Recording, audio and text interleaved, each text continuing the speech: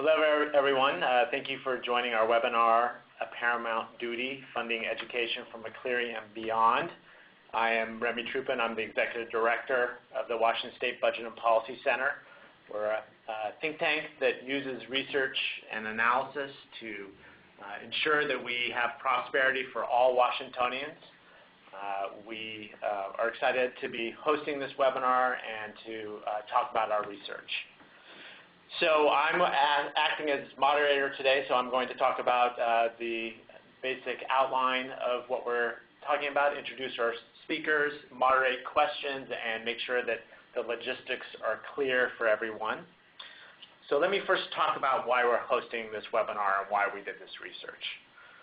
Education is a core value held by individuals all across the state. Obviously, education is critical. However, we need to make sure that a conversation around funding education is nested in a broader discussion around closing gaps, investments in health, public safety, and expanding economic prosperity. As a fiscal shop, a budget and tax shop, we're not an education shop. We're providing a broad perspective on the budget, a broad perspective on the impacts of funding McCleary, and possible solutions to that issue. So with us, we have the two primary authors of this research, Kim Justice, our policy analyst that focuses on the budget, and Mike Mitchell, who is our state policy fellow with the Budget and Policy Center that also provided a component of the research in this study. On this webinar, Kim and Mike will review the decision and explain its impact on the state budget this session and in the years to come. We'll cover critical investments that fall outside the parameters of the decision that are essential to improving outcomes and increasing opportunity for all kids in Washington. Finally, we'll highlight potential solutions that can help us meet the funding requirements of the decision. So let me stop there and make sure that you have all the housekeeping information and the logistics for this webinar. We have about 100 people registered for the webinar, so there's a tremendous amount of folks. We have muted all of your lines to avoid background noise, but we do want this to be an interactive discussion, so you can chat questions to us on the webinar portion of this. You'll see it on the left side of your screen. And the presentation will be about 20 minutes, and we will open up for Q&A, but again, we're going to do that through the chat function because of the number of folks on the call. And I will moderate that conversation, and I will be watching for your questions. If there are clarifications, we'll try to see if we can handle it while we're doing the presentation, but we will reserve most of the discussion for the end of the presentation. Again, thank you for joining us, and I'm turning it over to Kim Justice. Thanks, Remy, and thank you everyone for joining today. There are a few key points we'd like to cover in this presentation. First, we have a clear mandate from the state Supreme Court to fully fund basic education, and lawmakers are on the hook to meet that demand.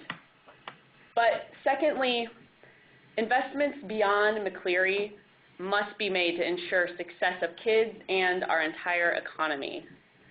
Third, to meet the demands of McCleary and maintain our other commitments, we need revenue.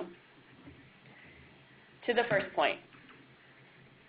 In the McCleary case, the court found that the state had consistently fallen short of providing the ample resources for education, which is required by our state constitution.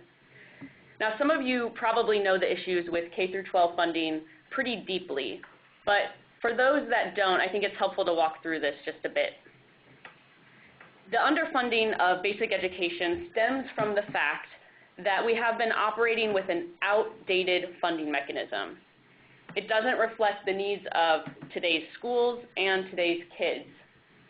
It doesn't correlate to the actual cost of providing a basic education. So as a result, schools rely too much on local funding. Local levies, which are property taxes approved by voters for a specific school district, cover things like teacher salaries, utilities, and transportation. These are all things that the state should be paying for. So what this does is it creates an unequal education system because wealthier districts are able to raise more money than poorer areas. It also means that kids are not guaranteed access to a basic education. So the court agreed that this is not acceptable. They found that it's the state's duty to fund the program of basic education, and it shouldn't be left to the whim of voters to approve levies at the local level. So how do we remedy this? Well, the court said that education should be funded by a dependable and stable state revenue source. And it said that lawmakers should follow through with the reforms that were enacted during the 2009-11 biennium. These are reforms that are contained in House Bills 2261 and 2776. So the court said if legislators follow through with those reforms, they will remedy the deficiencies in K-12 funding. The reforms include a new funding mechanism that more accurately reflects a school's needs, and also included enhancements to the program of basic education. So you may have heard the term prototypical school. Well, that's the basis of the new funding structure that was adopted by the legislature. It's an attempt to more accurately and transparently account for the costs of providing a basic education. What it does is base schools' allocations off of 4 core components: staffing levels, class size, funding needed for operating costs, and district-wide staffing support such as mechanics and people who can take care of the grounds. The other components of reform include increased instruction time. This means more hours in the classroom for middle school and high school students. It also included a phase-in of all-day kindergarten and a new formula to fund our buses that transport kids to and from school. And in addition, it requires reducing class sizes in kindergarten through 3rd grade. So the law requires the full funding of basic education and implementation of these reforms by 2018. And again, the court said if lawmakers follow through on this, they will meet the requirement to fund basic education. So in essence, the legislature made the reforms and now they have to fund them. So the big question, of course, is how much does it cost? And there are varying perspectives on that, ranging from $500 million up to nearly $2 billion in the next 2 years alone. And of course, funding ramps up each biennium until we reach full funding in 2018. But regardless of any variance, there's no doubt that this will require a significant boost in resources. This is a look at what was recommended by the Joint Task Force on Education Funding. The Joint Task Force was tasked by the legislature to figure out how we fund the reforms. By their estimates, it will require $1.4 billion in additional funding in the next budget cycle. That grows to $4.5 billion in the 2017-19 biennium once we reach full implementation. So as you can see, they phased in funding for a number of reforms. They fund the core enhancements that have a timeline set in law, which include all-day kindergarten, operating costs, K-3 class size reduction, and transportation. And you can see from the graph that these costs grow each biennium. But in addition, they also recommended investments in accountability measures, staff salaries, and increased instruction. These are enhancements that are all part of reform, and they're things we need to do, but they don't have a specific timeline laid out in law. For a different perspective, here's a look at how Governor Gregoire's budget proposal compares against the task force. What she recommended was a $1 billion down payment on education. And this graph benchmarks what Governor Gregoire invested against where the task force says we need to be by 2018. So just provides a little bit of perspective about how far we need to get compared to what that initial down payment got us. So one thing I want to note that is not included in any of these proposals is teacher pay. I think we can all agree that teachers are an important asset in the classroom, and in order to attract talented teachers, we have to have competitive pay. But this is another area where local districts end up using their local levy funding.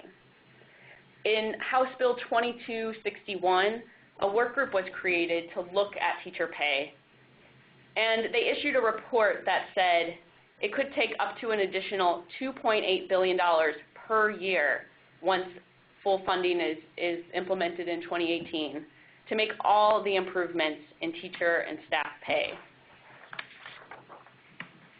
So that's a look at what McCleary requires and some estimations of costs. Moving on to the second point, it's not enough to stop there. We must go above and beyond McCleary if we truly want to ensure all kids have opportunities and resources they need to be successful. In particular, we need to ensure opportunities for kids who are falling behind. And I'm going to turn it over to Mike to talk more about that. Thanks, Kim. Now, as Kim just said, it's imperative that we take steps past McCleary and start to close the opportunity gap here in Washington State. And perhaps before we go any further, a definition is appropriate. So when we say opportunity gap, what do we mean? In the simplest form, the opportunity gap is the difference between learning opportunities afforded children from schools and communities with greater resources and those children who live in high poverty neighborhoods and attend high poverty schools. This gap manifests itself very early. You can see evidence of it in children even before they turn 2 years old. Across a wide range of indicators of well-being, we see children from low-income families. Here in Washington State, far too often children of color behind the curve on indicators such as education, neighborhood safety, health issues, and many others. And unfortunately, not only does this gap start early, it grows over time. Now, these disparities, they have real consequences. Students of color and low-income students are less likely to graduate on time compared to high-income peers. And this matters for a lot of reasons. Now, first and foremost, it matters because it's the state's obligation to ensure opportunity for all kids. But there's another more firm truth. For the economic security of our state, we simply cannot afford this opportunity gap. So when we look at this, what we'll see is this is Washington State broken down by age group. If you look at our 17 and under population, kids from minority communities, kids of color, they constitute nearly 40% of that cohort. The opportunity gap that we have in our schools today means that we're placing a ceiling on our future economy. Case in point, we do some back-of-the-envelope calculations here, and we estimate that the current opportunity gap costs the working populations of blacks, Hispanics, and Native Americans in our state around $240 million in additional earnings in 2011 alone. That's a real impact for families, for communities, and for businesses all across the state. Now, if we're going to close these gaps, it's important for us to take a look at the McCleary decision and see it really as an opportunity and a vehicle to really make an impact here. From a policy perspective, we identify a number of options that we can take that go a long way in making a difference. Now again, these are high-level options. They don't delve deep into the education minutia, but these are things that if we move forward would help ensure wide prosperity and success for all students, for all children, and really help our economy grow over time. So what are these things? First, we can look to increase our investments in early learning. We know that the first 5 years of a child's life are critical in terms of development. And in fact, investing in early learning is one of the best state investments we can make to ensure widespread opportunity. Second, as was mentioned earlier, the opportunity gap presents itself not just in education, but in our health and our safety. And investing in public health, investing in economic supports really helps us close that gap and ensure that we're helping children not only learn, but grow up in safe and encouraging environments. And third, We need to reverse cuts in higher education. The McCleary decision looks at high school as the launching pad, but really we want our kids to land on a college campus. We know that there are measurable benefits to college degrees, both to the individual and to the state economy. Putting college back in the reach of middle-income families, it means a better future for our state and just more opportunity. And now, as Kim is going to tell you, all of these things are going to require a real conversation around revenue. Thanks, Mike. So to the final point, we need to raise revenue. Without revenue, it's inconceivable that we could fund McCleary and maintain all the other things we need to help kids succeed and rebuild our economy. But what happens if lawmakers were to address the budget with an all-cuts approach? This is one possibility for what that could look like. Now you see on the left, we have two components of our budget that we need to solve. We have the estimated $1.4 billion investment we need to make in education, and we also have we have to address $900 million cost to continue meeting our current needs. To get to that magnitude of cuts, some of the options that lawmakers would need to consider would be things like eliminating all funding for our four-year colleges and universities. They would have to consider ending all student financial aid, as well as eliminating early learning and discontinuing housing assistance to people with disabilities. These cuts would hurt families and communities, and they would wipe out any gains that the economy may see from increased investments in K through 12. So while the McCleary decision was made in isolation of other budget priorities, that doesn't mean they're not related to education. We can't look at our investments in silos. Our investments in healthcare, higher education, and economic security are intrinsically linked to educational success. The good news is there are options. I'm going to turn it back over to Mike to walk through some of those.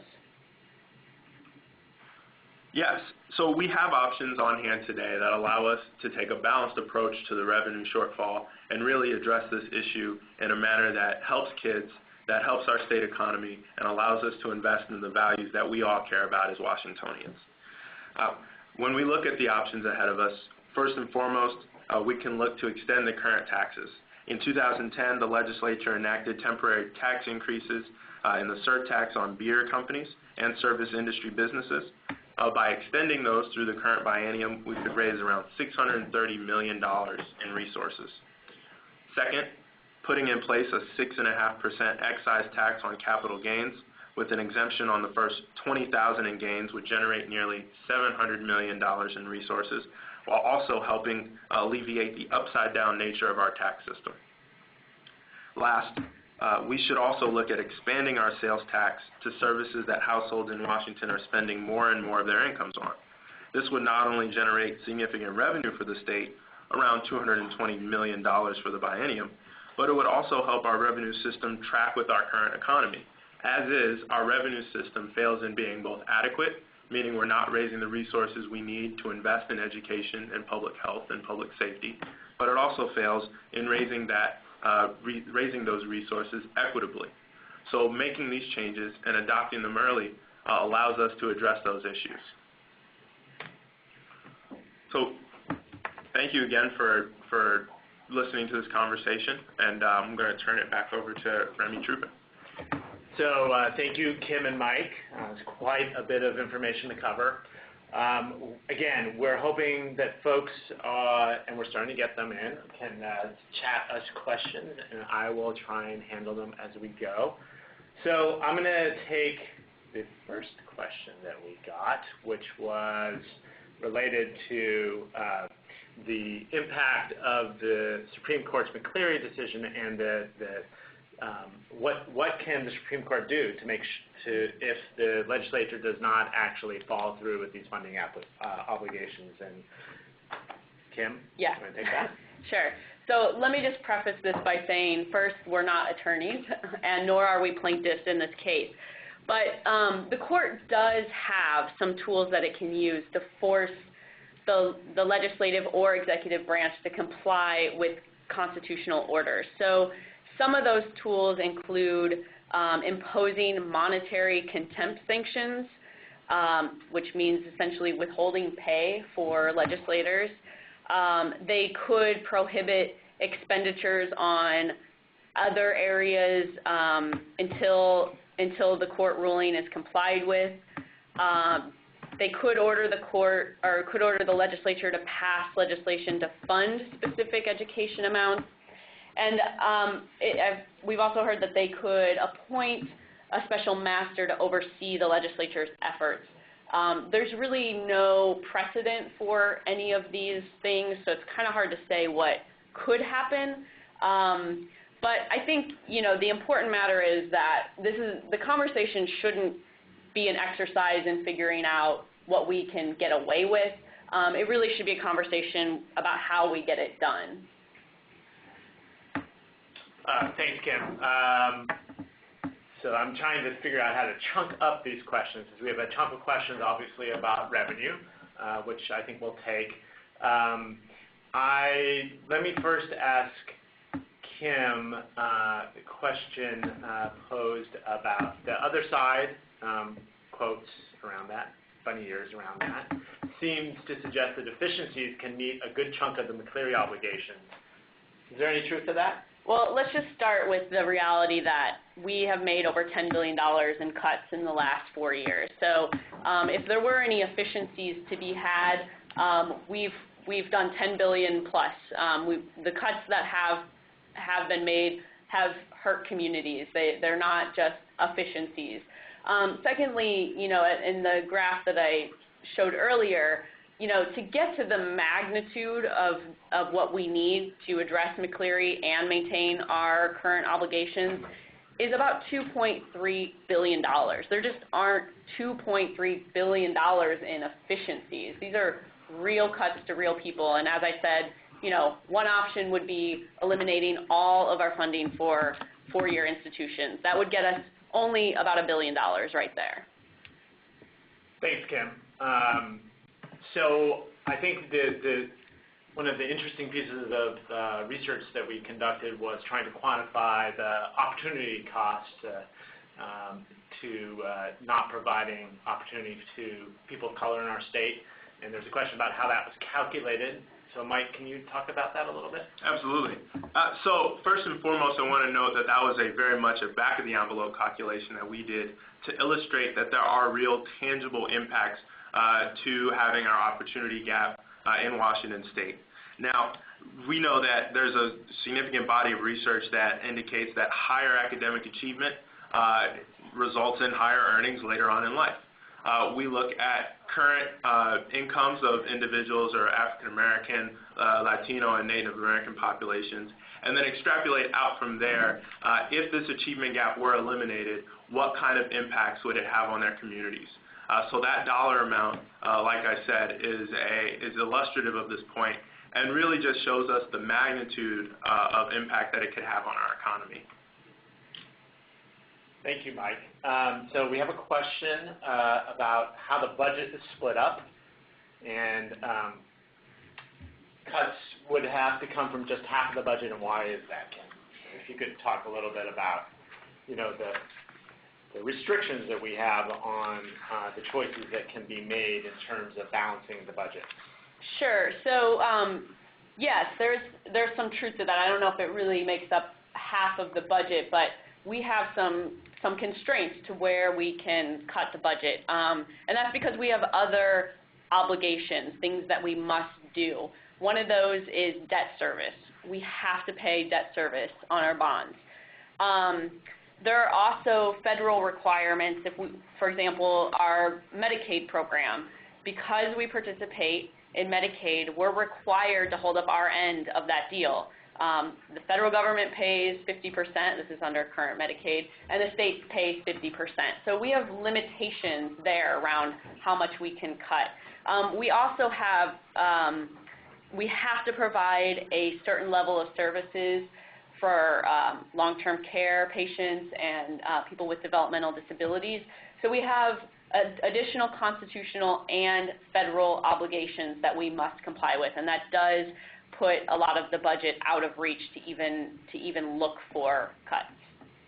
So, sorry to do this to Kim. I'm going to keep you on the hot seat here. There's some questions about how legislators are describing the cuts that have been happened. And so the question is, let me get to the heart of the question here. Washington State is spending more, this is what has been stated by some legislators, Washington State is spending more on education than ever before. And education spending has continually grown and now receives 93% more funding than it did 20 years ago. Can you comment on that statement? This is what is being reported that a legislator has been saying. Well, so our funding for K through 12 public schools makes up about 44% of all of our budget investments. And, it's important to understand that costs go up every year. So we are funding more each year because of things like inflation, but also there are more kids in the classroom. So our population grows every year. And again, more kids in the classroom means that we're spending more on education. But getting back to, the heart of this matter is that the legislature identified reforms that needed to happen in K through 12. We needed to allocate our resources in different ways. And they set up the structure to do that, and now we have to back that with the funding. Thank you, Kim. So let me transition to a whole section around revenue and challenges related to raising revenue. I think, first of all, our point here is that these are the things that need to be done to make a more prosperous Washington. Our economy depends on these investments. Making sure that we have a strong and prosperous middle class depends on these investments. And the legislature has the tools and the choices in front of them to make sure that they invest in the values that most Washingtonians hold true to themselves. And we believe that at the end of the legislative session, when they see what the choices are, that they will make the best choice available to them. Now, it's clear that we still have a challenge related to the two-thirds requirement to raise taxes. That is a challenge. We're hopeful that the Supreme Court will rule someday during the legislative session that is unconstitutional. We're also hopeful that the legislature will recognize that they now have that power available to them. And we will work very hard to make this clear to the legislature. And I think it's incumbent on those of us who care about those values to make it clear to our legislature that that is the choice that they should take, a balanced approach that raises revenue to meet the values that we care about. So that's not to say that we're naive about the challenges. We're going to have to work really hard. I encourage those of you that are part of an organization or individual members of the public to look at oureconomicfuture.org, which is a coalition of about 160 groups working hard to communicate this message, and you can get action alerts for them and be part of rallies and actions that they're taking part in. So I want to move on to a whole set of questions about the specific revenue options that we are talking about. I'm going to turn it over to Mike to start with. So Mike, might be good to just remind people what the revenue options are. And there was a great question also about tax exemption reform, which we did not talk about in the context of this, but I think it is part of our policy agenda for the legislature and also part of Our Economic Future Coalition's agenda. Absolutely. So again, just to reiterate what those revenue solutions that we put into this presentation, first and foremost, extending the current taxes. There are temporary tax increases from 2010 that if we were to extend again through this biennium would be around $630 million in resources. Also, adopting a capital gains tax, which is a proposal that has had significant momentum in this session and in past legislative sessions, would increase revenues around $700 million and also would help with the upside-down nature of our revenue system. So just to be clear, Mike, $700 million a year? Yes, $700 million annually for the capital gains. So a very strong revenue raiser, and also something that really makes sure that we're raising revenue in an equitable manner. And then also expanding the sales tax to a wider range of goods and a wider range of services. And when we talk about services that we would extend it to, we're talking about items such as massages, spa treatments, investment advice, satellite and cable TV, hairstyling, services of that nature. When we look at the data, we see that households, as a share of what they're spending on, are spending much more on services than they are on goods. If you look 30, 40 years ago in the past, that was not the case. So making sure that our sales tax is taxing a wide range of goods and services makes it a much more capable of tracking with our economy and paying for the things that we care about as Washington State citizens. Now, along with these changes, it's also very important that we look at our tax code with the same level of scrutiny that we look at our budget. Tax exemption reform, tax break reform, including sunset dates on tax breaks, it allows us to look at those things, allows us to make sure that we're applying that same level of accountability. And when we realize that a tax break isn't contributing to a public good, we can say maybe we don't want to invest here. So absolutely, tax break reform is another area that we can move forward on and achieve a more equitable revenue system. So thank you, Mike, and let me just reiterate and underline a couple things.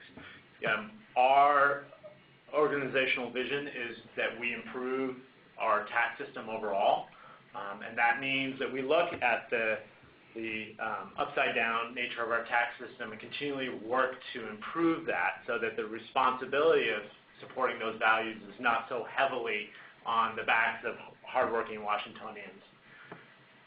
Yeah, and just to add on to that, when we talk about our revenue system, we also want a revenue system that is not nearsighted, meaning that in good economic times, when we're taking in resources, we put enough away so that when times get tough, we can take a more balanced approach where we draw on our reserves when we're not resorting to the budget cuts that, quite frankly, hurt our economy, that hurt economic prosperity, and make it more difficult for us to recover and grow. So again, also looking at tax exemption reform, but also making sure that we have a strong rainy day fund are very important priorities.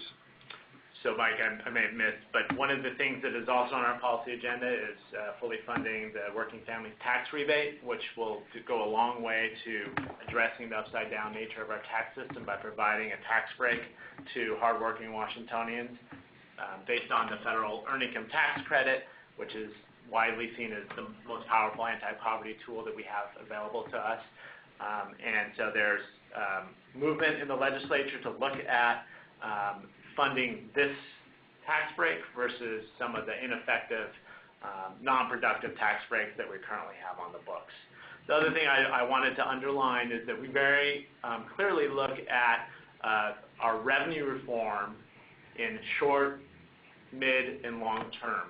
In the short term, the things that Mike talked about are part of how we move forward. We need to extend and potentially make permanent the tax breaks that were created during the recession, the tax increases, and that we close ineffective tax breaks in the near term.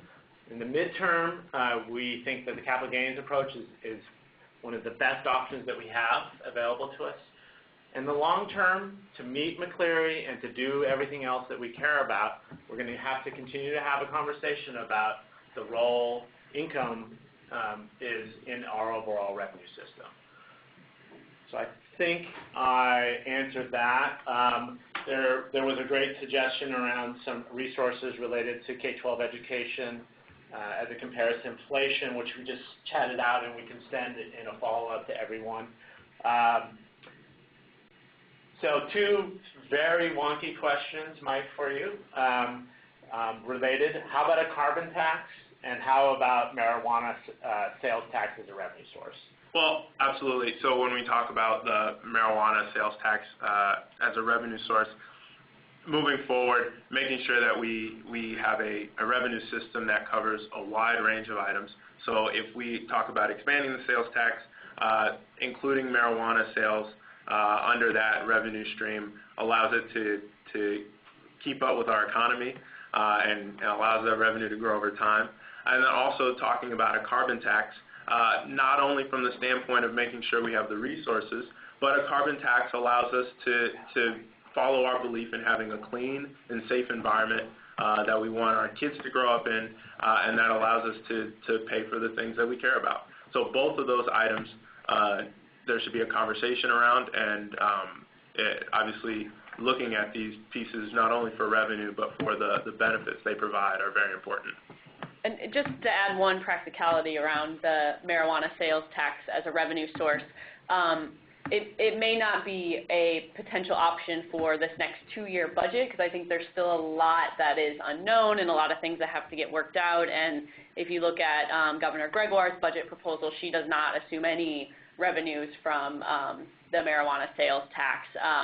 The other practicality is that when that initiative passed, the language in it is that funding should be dedicated to healthcare.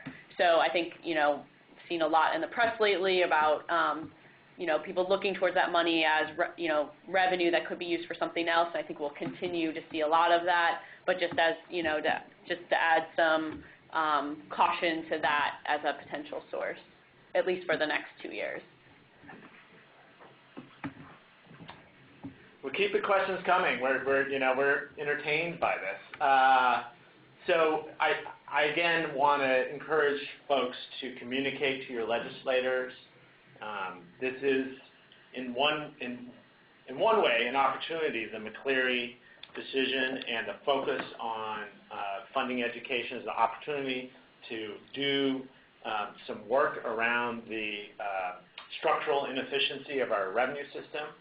It's also a challenge because of the ongoing effects of our recession and the over $10 billion of cuts that we've weathered through the recession, and the fact that we have a current revenue shortfall when it comes to funding the things that we just decided to fund.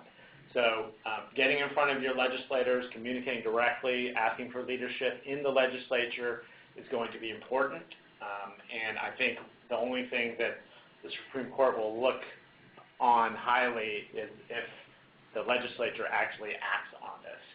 So in terms of folks that are providing leadership on some of these specific options, we've been working, obviously there's a proposal that Ed Murray has put on the table for capital gains and extending the current tax increases. Candidly, it's unclear what the Senate situation is right now. The next big opportunity, I think, is around the next revenue forecast, and we will see how the majority caucus actually deals with the mandate of McCleary and the current budget. And these options will become much more in focus. In the House, there have been a number of legislators that have put this on the table. I think the creation of an actual finance committee is a good step towards that, with Reuben Carlisle being the chair of that, and we've been working with Representative Lori Jenkins as well on a variety of these options.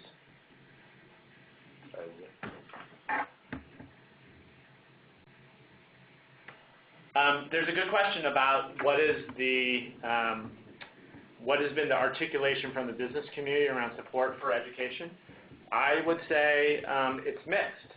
We have a lot of small businesses that are very clear that the value of education, the value of having healthy communities that have support like Apple Health is an important part of making a strong workforce.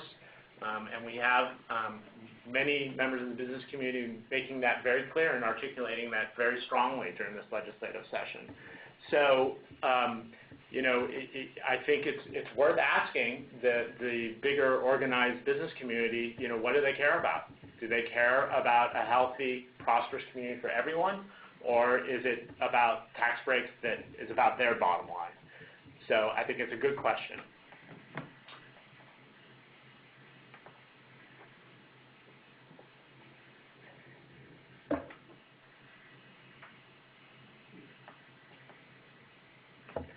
So is there any other questions? Are there any other questions? I think, let me just end this by thanking everyone for joining us. A couple of, one last question, because I knew it was going to come. So there's a question about the so-called levy swap, which was part of the gubernatorial debate. Kim, would you like to talk about that and what the proposal was and, Sure. and how it would have worked? And we haven't done a complete analysis on the levy swap, but and it can get a little complex, so I'll try to keep it really simple. As I mentioned earlier in the presentation, the local school districts are paying for things that the state should be paying for. The idea behind a levy swap is to increase the amount of funding coming from the state and subsequently decrease the amount of funding going to schools through local levies. I think, it does speak to one of the main problems with our K-12 funding system, in that the locals are picking up, part of the tab that they shouldn't be, part of what is considered the program of basic education. So it does help in terms of leveling that and making sure that the state is providing those resources. However, it doesn't appear that that alone is going to provide the necessary resources to meet McCleary. I think if a levy swap were to be enacted, we'd also have to look at increasing the state property tax or adding other revenue sources to make sure that we provide the adequate amount of funding. So a couple of details, and then one more question that Mike is wanting to answer. So first of all, we were recording this webinar, and we will make it available to you as a recording with the slides. We will follow up with an email to everyone after this with some other resources, including a link to the presentation, the recording of the presentation, and the slides. Please feel free to send any questions, follow-up questions, to the presenters, which is on the slide in front of you. And again, thank you for being part of this. Mike, you get the last answer. Sure. The question, if you want to state the question. Sure. So the question we have is, do you consider the capital gains tax proposal as a baby step toward an income tax? No. The capital gains tax is not an income tax. What we see this as is a step towards fixing our broken revenue system. We have a revenue system, like I've said, that is upside down, meaning that if you're low income here in Washington, you live in a high tax state, and if you're at the high end of the income scale, you live in a low tax state. We have a revenue system that doesn't take in the amount of resources in good times, and we have a revenue system that, quite frankly, even in good economic times, we can't put enough away to spend to make sure that when we see a recession, that we have the resources on hand to pay for the things that people rely on. The capital gains tax works to fix all of those things. It reduces the upside-down nature, it gives us more resources in good times, and it allows us to save more money so that when we see a recession, we have something to pull on. So a capital gains tax not only provides resources today for the McCleary decision and moving forward, but allows us to address a wide range of issues. Mike, what is the excise tax? What is it? Is it an excise tax? Absolutely, yes. So we see it's an excise tax on the transaction of selling your stocks or bonds or other assets that, quite frankly, are held only by a very narrow portion of Washingtonians. If you put in a $10,000 exemption, this will impact approximately 2% of Washington households, 2%. Even if there were no exemption in place, it's still a very narrow range of Washingtonians who would be impacted. So not only does this raise revenues, it does so in a way that alleviates the upside-down nature of our tax system, and it allows us to invest in the things that benefit all of us regardless of where you are in Washington State. Thank you, Mike. So again, thank you all for joining us. We actually had about 100 people signed up to be on, which is wonderful. I'm glad that there's so much focus on this core value, this paramount duty of all Washingtonians and the legislature to address. Again, we love feedback on the structure of our presentations and suggestions on how to do this better. And again, if you have ideas on places that we can present, we're always happy to do that as well. So thank you for joining us. Have a great day. Thank you. Please stand by.